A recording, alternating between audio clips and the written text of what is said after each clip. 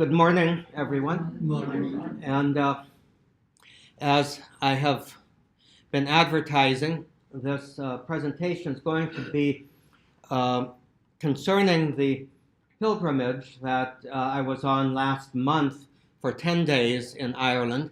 The title of it, the name that the tour agency gave, was a journey into the heart and soul of Ireland. And basically, it started we arrived in Dublin and then went to Clonmacnoise, which we'll see first here, and then over to the west, and then around the coast through the south, and then back up to Dublin. And so we never got very far north. We never got beyond the central part of north of the central part of Ireland. My reflections are really going to be on the journey, the meaning of a pilgrimage, and basically also not only how I experienced Ireland, that's a part of it, but also how I experienced the pilgrimage journey. So my reflections today actually are going to be to a great extent on my experience of the pilgrimage, and also some things that I wanted to share that I have found online, in videos and things of that sort, about the various aspects of our pilgrimage. So, to my mind, a pilgrimage in Ireland is essentially a pilgrimage. The Irish have a long-standing tradition of pilgrims, in part because the early monks saw the opportunity to spread the faith back into Europe and to preserve learning and enlightenment back into Europe. They saw that as a pilgrimage. And certainly our life is seen as a pilgrimage. So we'll get into a little bit more of that. A particular characteristic of Irish or Celtic spirituality has to do with what are sometimes called thin places. And we'll explore a little bit more just what thin places might mean. I'd like to give some of my reflections on pilgrimage. The way that I have always defined a pilgrimage, and I've led quite a few of them, is that it's a journey to a far place, to let oneself be enriched by encounter with something beyond oneself, so that you can return to your own near place changed. So that you can bring something, and part of that change is that you bring something of what you received in the far place back to enrich your home and your people. Pilgrimage is never just a private thing. It's the exact opposite of a vacation or a tour. One does not go on a pilgrimage to take a vacation. Much less does one lead a pilgrimage to take a vacation. You go on a pilgrimage to encounter the holy, and that's work. That's not simply something that you can do passively. If you want a vacation, take a cruise. If you want a tour, find another tour provider. While we go on a tour, yes, but the purpose of it is intensely spiritual. And the pilgrimage is a microcosm of the macrocosm of life's journey. In other words, our entire life is a pilgrimage. It is a journey. It is a journey that has a beginning. It is a journey towards ultimate union with God. And the goal of a pilgrimage is to deepen our union with God here and now in a whole variety of ways. And many people who are not even believers benefit from pilgrimage because that they know that they are encountering something beyond themselves, even if they're not able to name that as God. And so what we have is a little journey that mirrors our life's journey. A pilgrimage will inevitably involve some kind of hardship. And the Irish are very good at hardship. If it doesn't come to them, sometimes they'll seek it. Brendan the Navigator might be a good example. They're living there at the end of the world in very harsh circumstances, and yet the piety of the holy people, the saints of Ireland, involved sometimes extreme embracing of physical difficulty and hardship. But in the midst of that, one can expect God's grace in surprising ways to deeply change you. And so you return to your origins in order to illuminate our end. We return to, in this case, we return to where the church had its beginnings in order to illuminate our journey now and to illuminate the goal and the purpose of our lives. Now, my own personal dedication to pilgrimage is that I have developed in about the last 15 years a real fascination with what happened in the early Christian world. We tend to think that the Bible says everything, and then we fast forward to our own day and we go and learn from the Bible how to live in our own day. We cannot neglect the 2,000 years of history that from the beginning, the example and the lessons that can come from our heritage of those who have gone before us in faith, how they developed their own belief as nourishment for how we can believe. I was fascinated with Turkey, and for about 10 years, almost every year, I was leading a pilgrimage to Turkey. What's in Turkey? Well, Turkey is the place where the church had its infancy and grew up. Turkey is the place where there were the first 7 ecumenical councils that defined our church. Turkey is the place where the Byzantine Empire developed and grew into and the Byzantine Church. The whole eastern branches of Christianity grew and developed there. Even though it's a 99% Muslim country,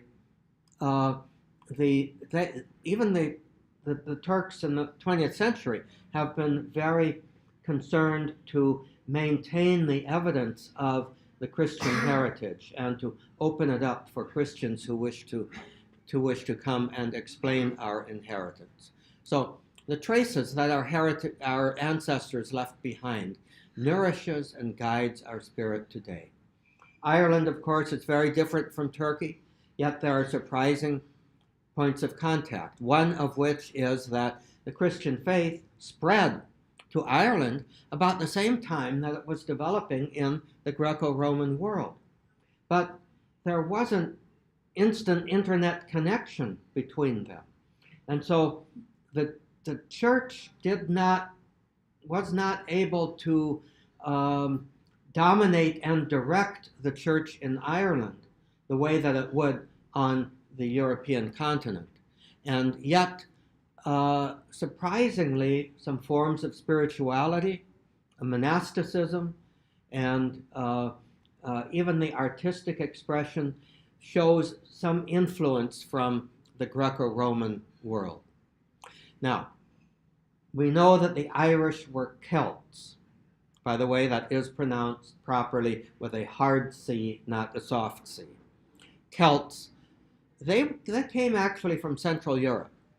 And 2 or 3 centuries before Christ, they spread throughout, including the islands, Scotland and England, and parts of England and Ireland, and also the west coast of France and Spain, and to Turkey. what is now central Turkey. Remember St. Paul's letter to the Galatians? Okay, the Galatians were Celts.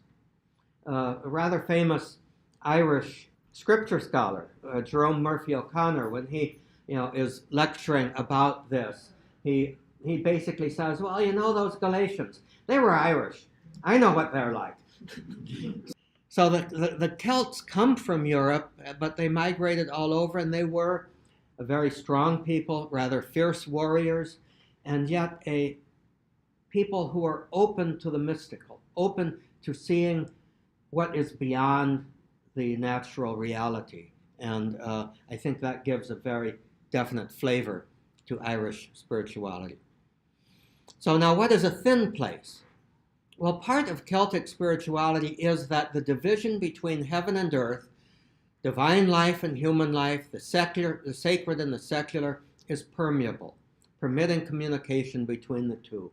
And, the expressions that Irish people and Irish priests use often speaks of a familiarity between ourselves and God and the saints.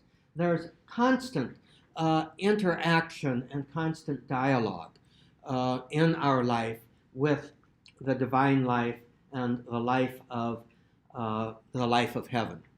Now, places made holy by the heritage of holy people or events, the saints, the monasteries, are seen as thin places in this kind of membrane where that contact is much easier, that the intercommunication with the divine becomes much more easy and obvious and natural. That's why pilgrimage is made to these thin places, in order to come into closer contact with the divine.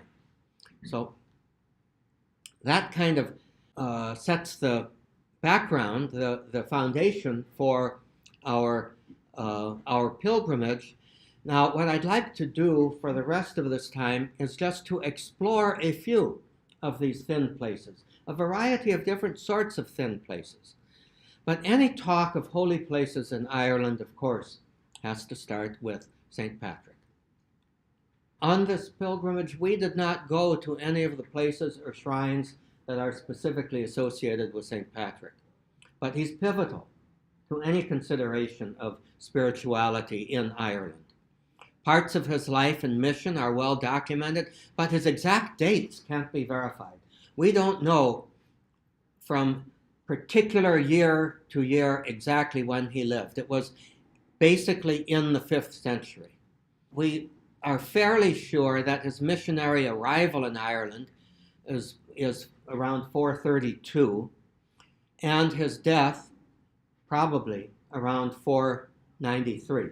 Even there's dispute among scholars. There are people who say, no, there's evidence that it was another time. What that means is he was probably born around 410, and therefore was probably in his 80s when he died. There are things in his own writings, his letters, and his confession. But one of the other things that we need to understand is he did not bring Christianity to Ireland. It was already there.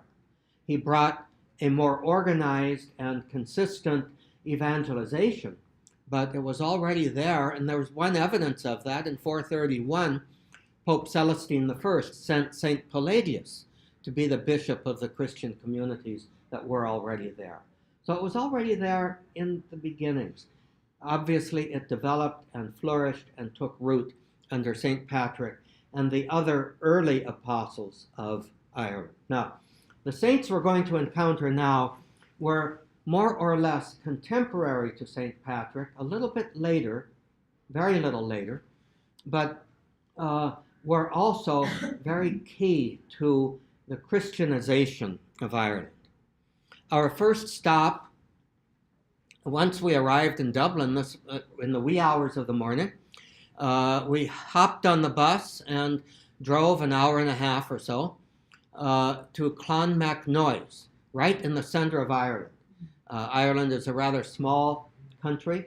It's actually smaller than San Bernardino County. And so it doesn't take too long to drive from one side to the other, but stopping in the middle. Clonmacnoise was a monastic community, actually a monastic city. And you have our tour guide there, Barbara Hunter, who is beginning to explain the various things that we see there at the entrance of Clonmacnoise. Here is an aerial photograph.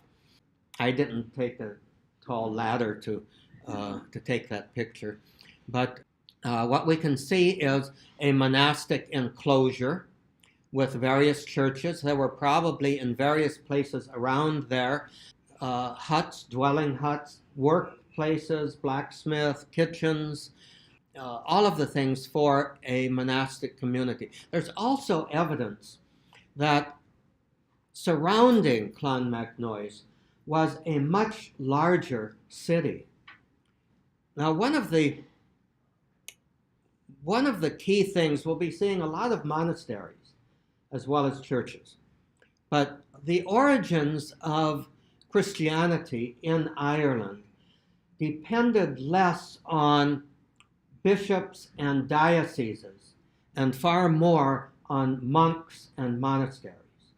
And so monasteries would be gatherings of those who, some ordained, many not ordained, brothers, nuns also, gathered together for a communal life dedicated to living a life of union with God and sharing that life of union with God with others. So it was very logical that settlements would grow up around these monasteries. What we have here are some evidences of foundations of buildings that go back to its origins. Clonmacnoise was founded in 544 by Saint Kieran. His name means meadow of the sons of Nos. Kieran died of plague when he was only 33, just as the building of his monastery was starting. This became one of the most important centers of learning and religious life in Ireland during the Middle Ages, and it survived numerous Viking raids as well as Anglo-Norman wars. People were always fighting back in those days, just like now. But it did not survive the dissolution of monasteries in 1552 by the English. The church in early Ireland, as I said, was based more on monasteries and dioceses, large town outside the monastic walls. In later days, it became a very popular burial ground for kings and other important people. All of those things all around there that look like tombstones, crosses and tombstones in the shape of crosses, or in a more familiar tablet form, those really are tombs, mostly of important people and kings.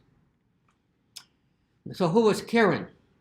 He was one of the 12 apostles of Ireland, shortly after Patrick. He arrived in Ireland in 432 and died in 461, that's Patrick arrived, okay. Kieran studied under Finian, who died in 459. Legend has it that other students of Finian were jealous of his abilities and prayed that he'd die early, which he did. He was only 33. But his influence exceeded the influence of any of them. In fact, this is a carving on the cross of the scriptures, which we'll see in a moment. It's that cross actually right there in the center between the two paragraphs, with Kieran on the left and Dermot on the right, who was the king, driving the stake into the ground for the foundation of the monastery of Clonmacnoise. Now, we've got two towers there. So let's talk a little bit about medieval Irish monastic towers. They were built not in the earliest times, but in the 9th, 10th century, somewhere around there. There are two at Clonmacnoise. One has a top missing, may have been toppled in a storm. The shorter one, complete tower, may have been built from its stones. That's the one kind of up there at the top. What was the purpose of the towers? It was probably primarily communication, or monument, or bells at the top. Secondarily, perhaps landmark. You could see them from a distance. But they weren't primarily landmarks because they weren't in high places. They were usually in a lower part of the monastic grounds.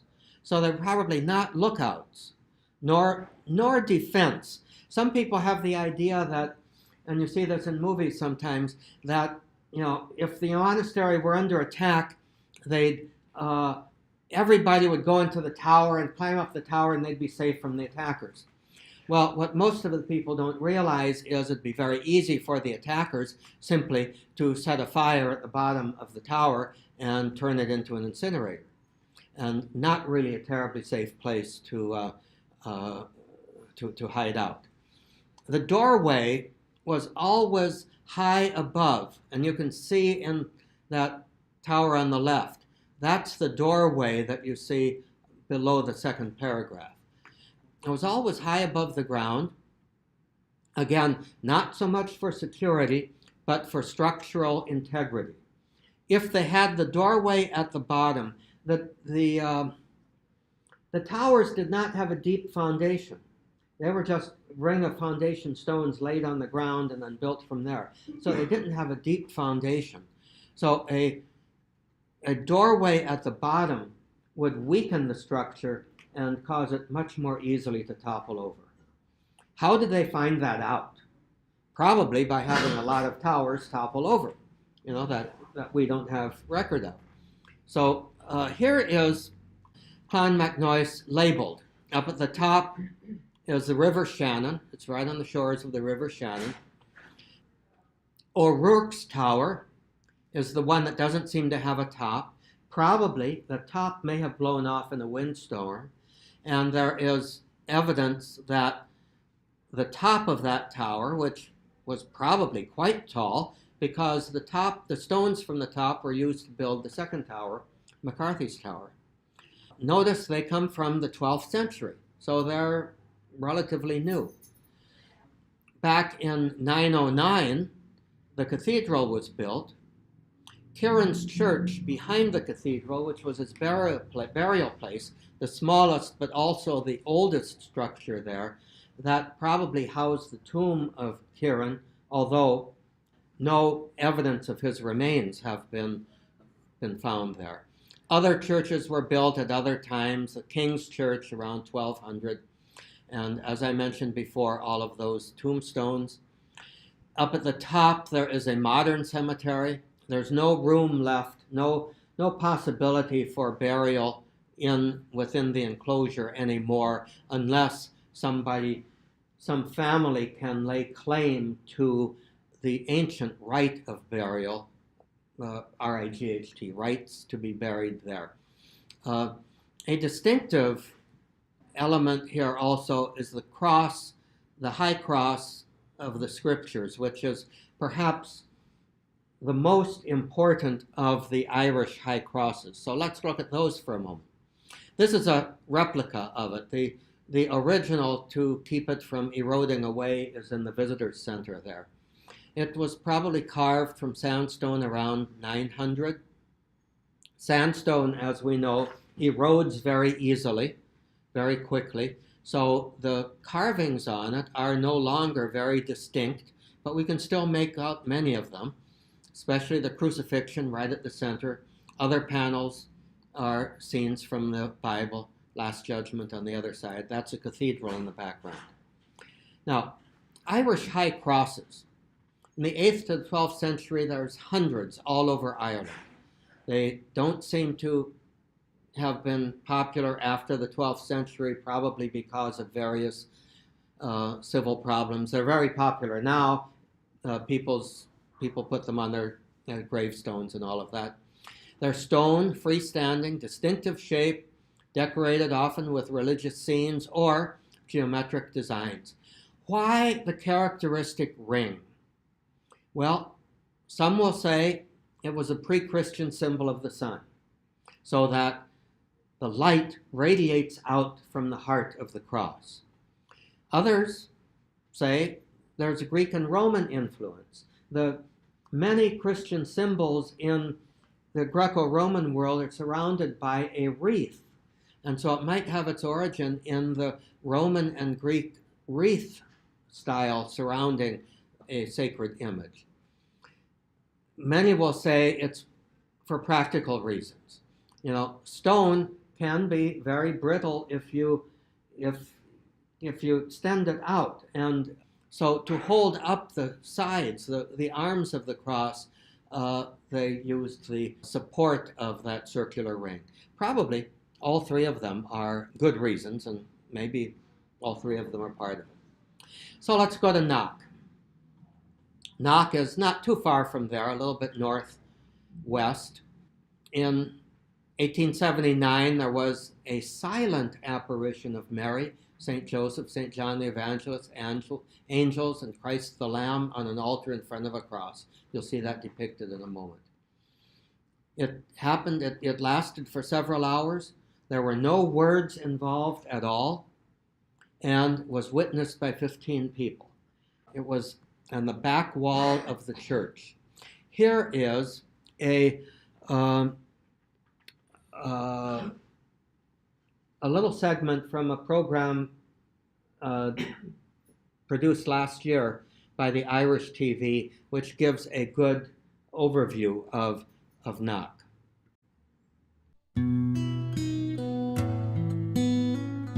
I'm standing here at one of Ireland's most iconic landmarks, Knock Shrine, which attracts over 1 million visitors a year, both from home and abroad.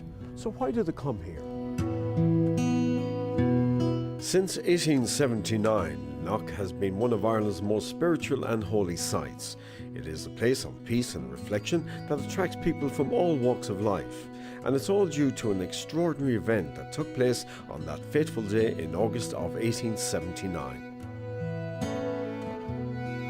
Well, the 21st of August 1879 started out as quite a dry day.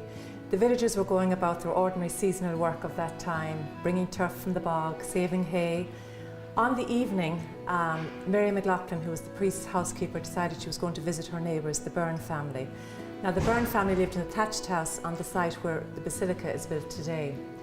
When she was leaving, Mary Byrne, the oldest of the Byrne daughters, walked Mary McLaughlin home, and they were walking by the path along by the church, and they were the first two people to see the apparition. At first they thought it was statues, and then they realised that it was actually a real apparition. So they went and ran to the houses that were nearby, their neighbours, the rest of the Byrne family, and a total of 15, what today we call the 15 official witnesses, came to see the apparition. They described a heavenly vision of Our Lady, St. Joseph and St. John, and also an altar on which stood a lamb, and behind this a large upright cross. And actually one of the witnesses wasn't on site, he was about half a mile away on his land, and he described an amazing kind of heavenly light around the apparition. It lasted for about 2 hours, and while the witnesses themselves were absolutely soaked wet watching it, they said that all around the apparition gable was bone dry, as if no rain was falling. Another lovely aspect of the Knock apparition is that everybody who came out on that night actually saw it, and it was all ages. The witnesses were ordinary people, ranging in age from young to old. The next miraculous event was the first reported cure at Knock, and that happened 10 days after the apparition. It was a little girl from Claremorris, and once news travelled of that, because her cure was reported extensively in the newspapers, hundreds of people came to Knock hoping to be cured, and guess what? Hundreds of people said they were cured. And we know this to a variety of ways. Firstly, we have hundreds of handwritten letters written by people who said they were cured here. We also have an amazing collection of photographs from the Winnan Photographic Collection, and one in particular shows the apparition gable lined with walking sticks and crutches, and they were left there by people that were cured. And also we have the parish priest at Knock in 1879, Archdeacon Kavanagh. Because so many people were reporting cures to him, he began to compile a diary, and less than a year after the apparition he had recorded over 600 cures. Now the handwritten testimonies, the letters of cures, Archdeacon Kavanagh's Diary of Cures, the wind photographs are just some of the amazing exhibits that are on display at Knock Museum. Also, the museum charts the development of Knock from, as we said, a small rural village into what it is today, and focuses on the highlights from the establishment of the Knock Shrine Society of Volunteers in the 1930s. Couldn't of course leave out Monsignor Horan's era, beginning in the 1960s. Of course, one of the major events at Knock Shrine was the visit of Pope John Paul II in 1979. The museum is an amazing place to visit. With hundreds of thousands of people visiting Knock each year, is it any wonder that it has become one of the most important Marian shrines in the world? Ever since the apparition in 1879, Knock has played a role in the religious and spiritual culture of the country itself. So it's very much at the heart of Irish Catholicism. People growing up, even myself growing up, were always brought for one of the days to Knock by my family, as a day that this is something that you did as a family. So, and that was for practically every Catholic family in the country, from north, south, east and west. So it has played a significant role, I suppose most obvious in terms of the visit of Pope John Paul II in 1979, and also the visit of Mother Teresa. And recently then, in terms of visitors from all over the world, we have, well over 1 million people coming here every single year. Not only mostly from Ireland and also Britain, but from the continent and from the United States as well. And they love the peace, tranquility and calmness of the whole place. They always tell me that they get a great sense of peacefulness here. It's like kind of going to this little oasis of peacefulness from the rushed world,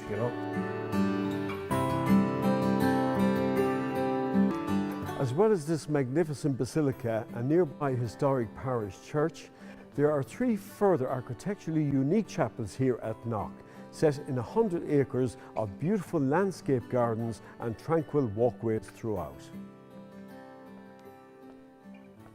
The distinctive triangular glass apparition chapel, built at the site of the apparition in 1879, houses a large representation of the apparition scene, crafted by the famous Italian sculptor Lorenzo Ferri.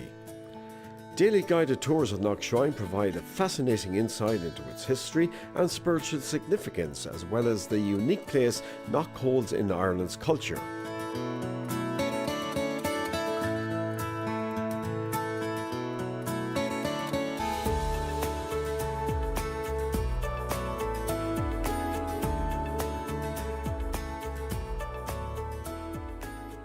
So here is the newly installed, as of last year, mosaic in the main basilica depicting the apparition and the witnesses to it.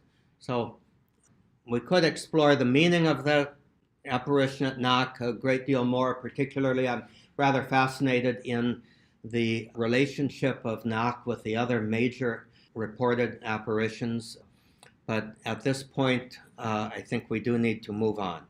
There is another witness who is very important in Killarney. As we drive down the main street in Killarney, we come upon a monument erected in 2013 for in memory of Monsignor Hugh O'Flaherty. He was the Vatican official in Rome during World War II who saved over 6,500 lives. Local people, military, allied, Jews, so on, organized their security from the Nazis who were occupying Rome at the time. And the story is well told in the movie, 1983 movie, Scarlet and the Black, starring Gregory Peck. So I'm not too sure. There is a little resemblance, but if you haven't seen it, they show it here periodically, and it's very well worth your attention. Across the street from it is a monument also to the missionaries from Killarney, the priests who went forth from Killarney throughout the world, including the United States. And It consists of a circular design of slate pieces representing the journeys undertaken by the missionaries, and I'm told that their names are listed there. I don't know if we have any of the priests in Los Angeles who might be from Killarney or from Kerry who may be listed there. Unfortunately, we didn't have a chance to stop and look at this. This is a picture I got from the internet. From Killarney, there's the Ring of Kerry, a very scenic route around the peninsula and the Kerry Peninsula. And right in the middle, in Waterville, is another interesting thin place that we came upon, a place that kind of means something to us because there's a statue of Charlie Chaplin right in the middle of the town. Waterville was for about 10 years his vacation home for his family. He's not Irish. None of his films were set in Ireland. He never portrayed an Irish character, but he became, during his vacation time, he became very much beloved by the local people of Waterville, and they started a film festival, a comedy film festival in his honor, and erected that monument. Here's a picture of him and his wife strolling by the shore of the sea there. That's in 1968. Now, in Knock, I somewhat took sick. I had a stomach infection, shall we say, stomach flu, as they might say. And unfortunately, I think I became the means of spreading it to a number of other people, including one lady who got very severely dehydrated, and she had to step away from the pilgrimage, and I stayed with her, and that was at Tralee Hospital. So I became somewhat acquainted with the healthcare system of Ireland, which the other pilgrims, a number of them got sick too, but none needed to be hospitalized. During that time, the 2 days that she was there, I had the hospitality of Father Bernard Healy, who was the curate at St. John's Parish, a really, truly magnificent church there in Tralee. So that was a bit of my pilgrimage that wasn't completely shared with everyone else. I want to go to Glendalough and Kevin, St. Kevin. Who was St. Kevin and what is Glendalough? The word Glendalough means the Valley of Lakes. And it's an absolutely magnificent place. Here is a little something by a high school girl giving a report on a class project on the life of St. Kevin, which I don't think I could do better. St. Kevin was born in 498 to a noble family. His mother had no pains of labor during his birth. During his lifetime, Kevin received a lot of education, much being taught to him by saints. When he was 7 until he was 12, he was taught by St. Petroc of Cornwall and lived among the monks. St. Kevin also studied with St. Eugenius, his uncle. Though he had been born into a privileged family, he decided to live as a hermit after his ordination. He lived off little food, wore animal skins, and slept on stones with a small group of followers. Living a solitary life was difficult for Kevin, but he proved his devotion to God one day in the woods. St. Kevin was said to be a good-looking man and caught the attention of a woman named Kathleen. Though she was aware of his vow of celibacy, Kathleen followed Kevin into the woods. Once Kevin became aware of her presence, he threw himself into a bed of nettles to help him to resist the temptation of the beautiful woman. He then took a handful of the stinging weeds and forced them upon Kathleen. Kevin has been attributed to many miracles. When Kevin was young, a white cow came to his parents' house to supply milk for only baby Kevin. Once Kevin was old enough, he began to take care of the sheep. On one particular day, beggars came by and asked if Kevin could spare some sheep. Sympathetic Kevin gave the strangers 4 sheep.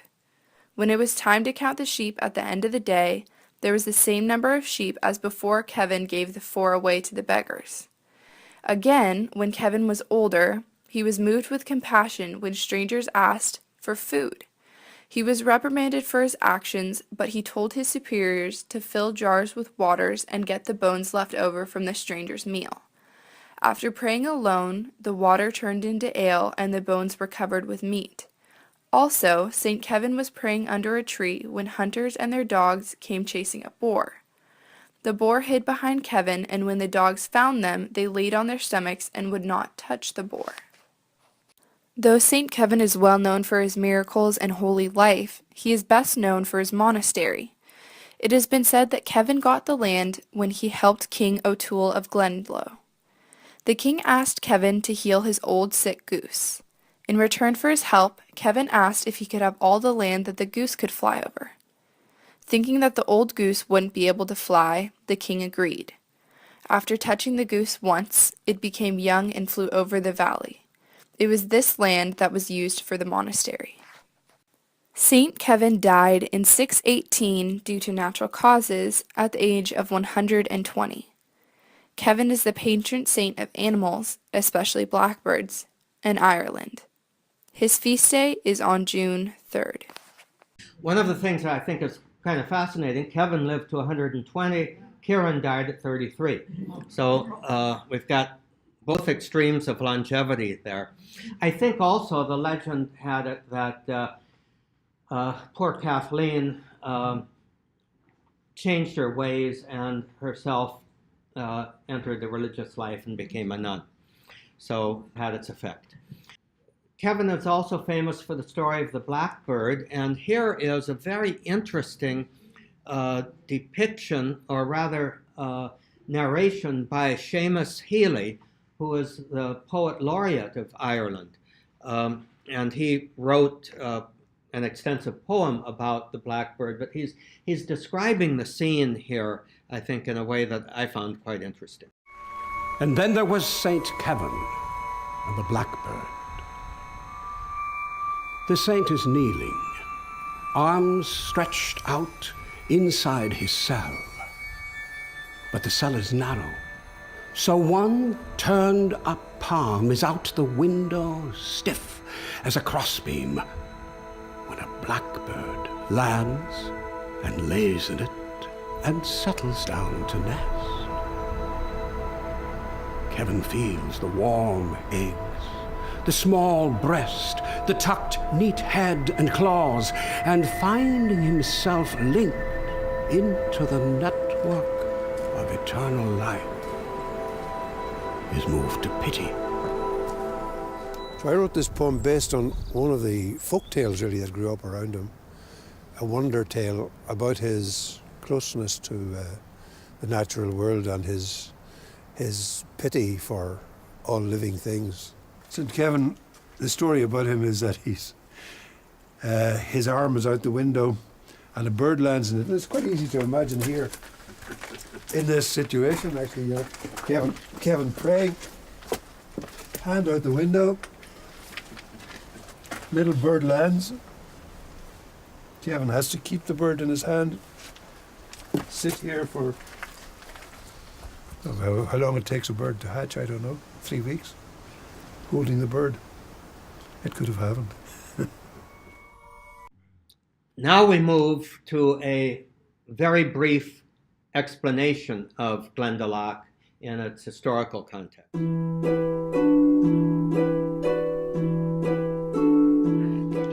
It's very probable that here in Glendalough has been a centre of worship in one form or another for thousands of years. It's more than likely that this place was sacred to the pagans. You've all the ingredients of early pagan worship here. And when St. Kevin arrives here to found this monastery, he seems to have been in conflict with other spiritual sources from around the place. They were almost certainly pagan. Now, Kevin arrived here about the year 570, and he founded a monastery on this site. It was for 600 years an incredibly successful, wealthy monastery, a leading centre of education, a leading centre of pilgrimage, a leading centre of spiritual life. In the 13th century it went into decline after the Anglo-Normans arrived in Ireland, and this became the centre of an area of conflict. A conflict that would last for 700 years. This monastery was destroyed a total of 7 times as far as we know. The biggest destruction of all was in 1398 when English forces burned the whole place and destroyed the cathedral, setting fire to the roof. It never really functioned as a monastery after that, and it was finally dissolved in the year 1540 by Henry VIII. It remains a place of enormous spiritual succour. Even if you're not a Christian, it's a place where it's just so beautiful, it's just so remote, that you would have to be made of stone not to be moved by it. We had, when we visited Glendalough, we had about an hour of beautiful weather.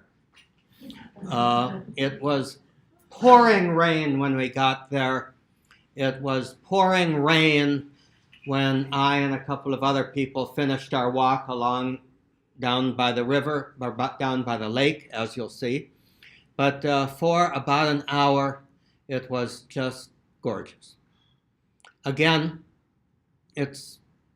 these monasteries now serve as burial places, even up into our own day.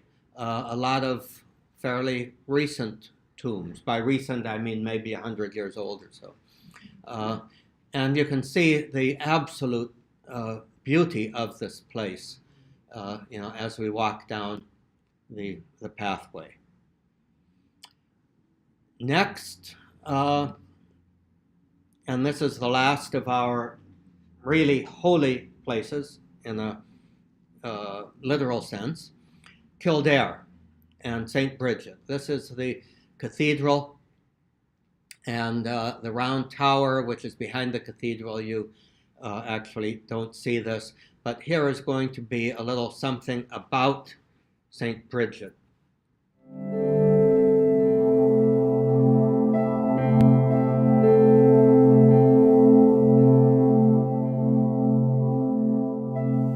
Saint Bridget was born in 451 AD and died February 1st, 525.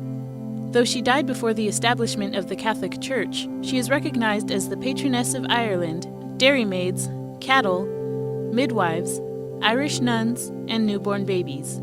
Her feast day is celebrated February 1st. Bridget was born into slavery, and it was immediately known she would lead a holy life when the Druid who owned her mother attempted to feed her, but she was unable to hold any food down as he was impure. Legend states a white cow with red ears sustained the infant Bridget. When she was old enough to return to her true owner, who happened to be her father, Bridget made a charitable habit of giving his possessions away to the hungry and poor. When he discovered this, he attempted to sell her to the King of Leinster. As he spoke to the king, Bridget gave his jeweled sword to a beggar so he could barter it for food for his family. When the king, who was a Christian, saw this, he recognized her heart and convinced her father to grant her her freedom by saying, "Her merit before God is greater than ours." Newly freed Bridget returned to her mother's side, where her acts of charity led the Druid's dairy to prosper and also led to her mother's freedom. Though she was arranged to be married, Bridget entered a monastery instead and eventually opened the Church of the Oak. Bridget and 7 friends organized communal consecrated religious life for women in Ireland, and she founded 2 monastic institutions, one for men and one for women. She invited a hermit called Conleth to help her in Kildare as a spiritual pastor, and later founded a school of art that included metalwork and illumination, which he led as well. It was at this school that the Book of Kildare, which was praised as the work of angelic and not human skill, was beautifully illuminated. Saint Bridget helped many people in her lifetime, but on February 1st, 525, she passed away from natural causes. Her body was initially kept in Kildare Cathedral, but in 878 her relics were moved to the tomb of Patrick and Columba. You may have noticed St. Bridget's cross is everywhere in one form of representation or another. This was in one of the churches that where we celebrated Mass, a rather striking modern design of the crucifixion with essentially St. Bridget's cross behind it. Now, I can't resist This is a little bit long, but it is terribly interesting. How do you make St. Bridget's cross? How do you make one? And what really is something of the legend and background of it? Hello. Welcome to my tutorial on tying the St. Bridget's cross. First thing we're going to need are some materials, so let's head outside and get some.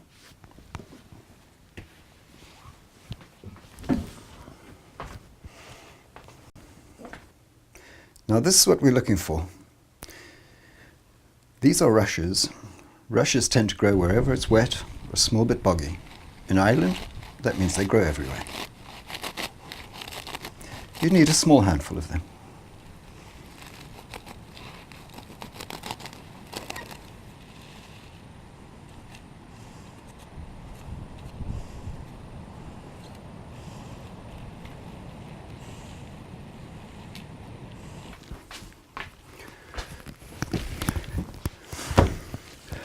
Right, we're back inside. Start off by taking two, crossing the rushes over, form a cross, taking a third rush, and roughly where you're going to fold it, flatten it between your two fingers and make the fold there.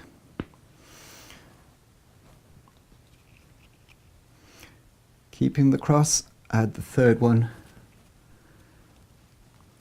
and turn it. Take another rush and again the same. Gently squeeze and bend it.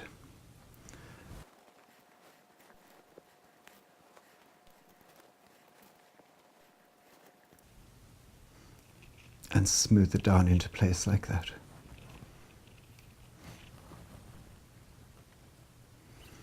And again, turn it.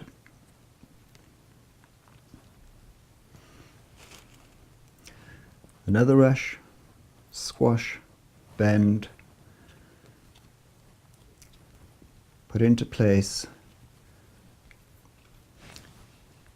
snug it down and turn.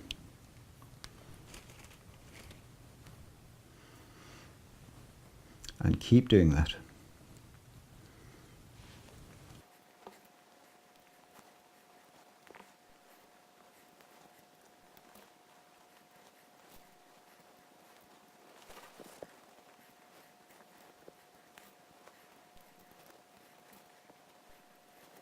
And after you've done a few,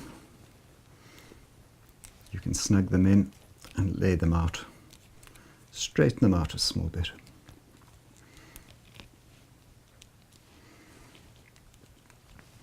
You can see it's slowly starting to take shape now.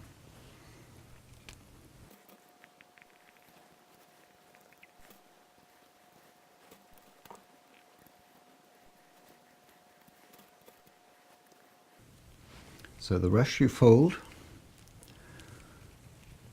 is always put over the new one that's come in. So the folded rush holds that one down.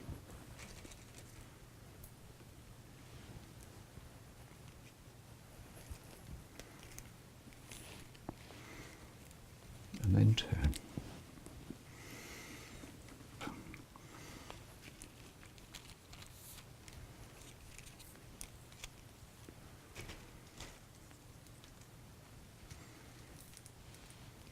Fold and turn, fold and turn.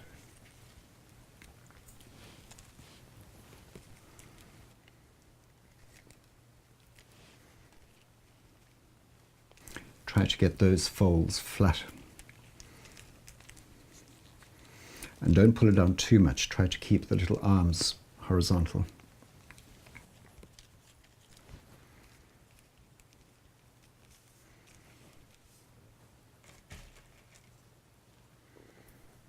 And that's looking quite presentable. What we do now is we'll insert the very last of the folded rushes. And to keep the whole thing together, here's a little trick. The next one is going to come over here. This fella, push him out a small bit. and make a gap there. You see that? Take your last one, squash, fold, and this time put it over the two, but slip both arms into that newly made gap. It's a bit tricky, but there it goes in. Straighten those ones out. And this fellow that you pulled out, put him back in. And that holds the whole assembly together. Go along afterwards and straighten out the various arms, the bits of rush. And that looks quite good. So what we're going to do now is we're going to take one of these rushes and we're going to wrap it around the arms. If you like, you can tie it quite low, which gives you a long arm, or what I'm going to do is I'm going to tie it quite close to the center boss, which will result in me having a shorter arm. So to start, take the rush and just insert it maybe a quarter of the way into the collection. And then just gently wrap it around. Try to make it nice and tight, very gently. You don't want to crack that rush just yet. As you're going around, slip it between a few of the rushes, bring it out the other end, and work it in so it's nice and flat, and keep tying it. Coming around again, slide it in between a few of the rushes. Again, every time you're sliding in between the rushes, it's just holding it in place.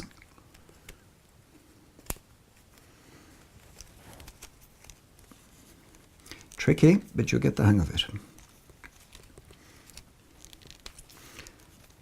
Smooth it down.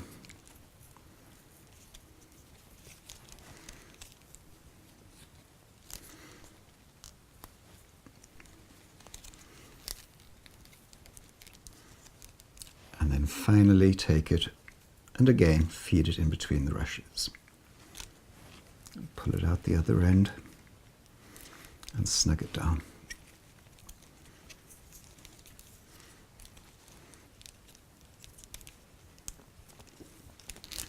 And then again with your fingers, just tighten it up, neaten it all up.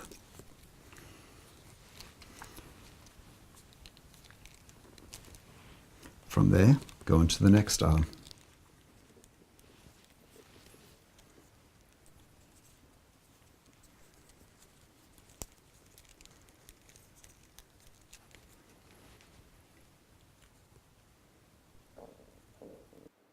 Try to have the same number of turns as you would have on the other one.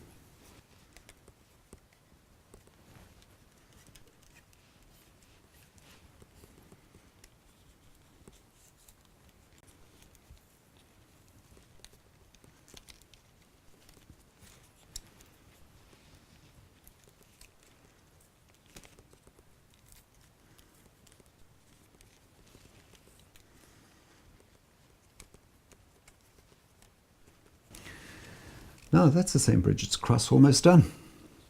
There's a few last things to do. Pair of scissors and trim off all the little excess pieces. Like that, like that, like that. That one,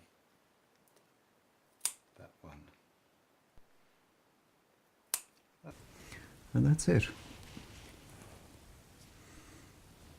Your St. Bridget's Cross. Clear up the mess. There's always a mess. So now, of course, there's just one thing left to do. Take off the old one. Put up the new one.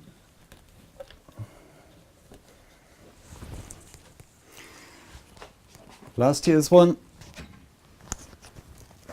into the fire. So, from the sublime to the our grand finale was the Merry Plowboy, a rather lively spot, a good dinner.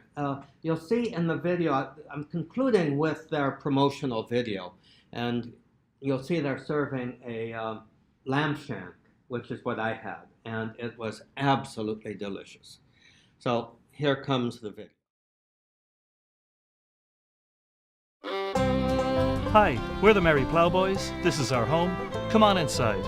Our award-winning traditional night show takes place all year round at our very own Irish Music Pub, uniquely owned and run by musicians. So much crack and really worth the journey. There's simply no better way to experience the songs and music of a city steeped in history and culture than a visit to the famous Merry Plowboy Irish Music Pub. Situated at the foothills of the scenic Dublin Mountains, and so easy to get there with our daily shuttle bus with many city centre pickup points. It's something different we've never seen before. Before the show, enjoy a 3-course meal of fresh Irish food. And afterwards, join us in the songs and music of Ireland with the Merry Plowboys.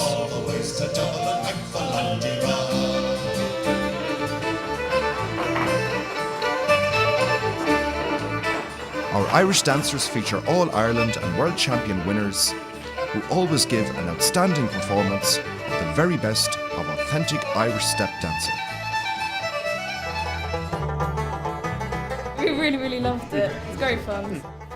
The Merry Plowboy Pub is often described as a highlight of any trip to Dublin. So book online for shuttle bus, dinner and show, and we look forward to seeing you on the night. So, thank you. Thank you.